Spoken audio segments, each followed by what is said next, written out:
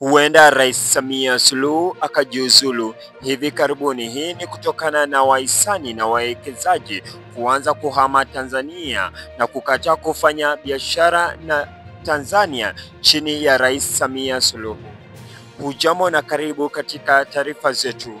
Iwapo haujaweza kusubscribe katika channel yetu, na kuomba uweze kuchukua muda huu na uweze kubonyeza kile kidude ili uweze kuwa mwanachama na mfuatilizi wa habari zetu.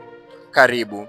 Kampuni moja ambao uko katika bandari ya Tanzania imeapa kuhama Tanzania kutokana na kufanya biashara na serikali ya Tanzania ambao umekuwa na utata chini ya uongozi wa Rais Samia. Huenda hii itaathiri uchumi nchini na hata kuzuia wale ambao walitaka kuwekeza kutofanya vile.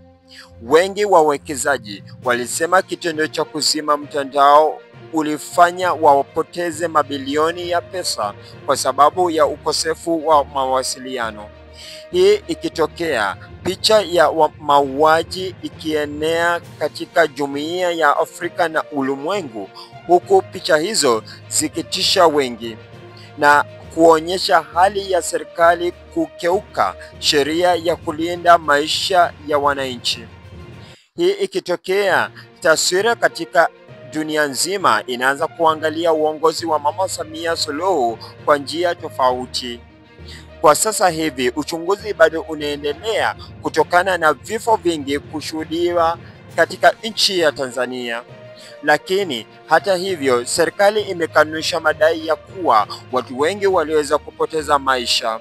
Lakini katika habari ambazo zinatufikia, wengi waliweza kupoteza maisha, huku watu ambao waliweza kufariki katika siku ya uchaguzi usijulikane ni nambari ipi ya watu ambao waliweza kupoteza maisha. Wadadisi wanasema huenda ICC ikazindua kesi upya ya Rais Samia Suluhu kutokana na vifo ya halaiki ya watu ambao ulitendeka tarehe 29 mwaka wa 2025 mwezi wa Oktoba.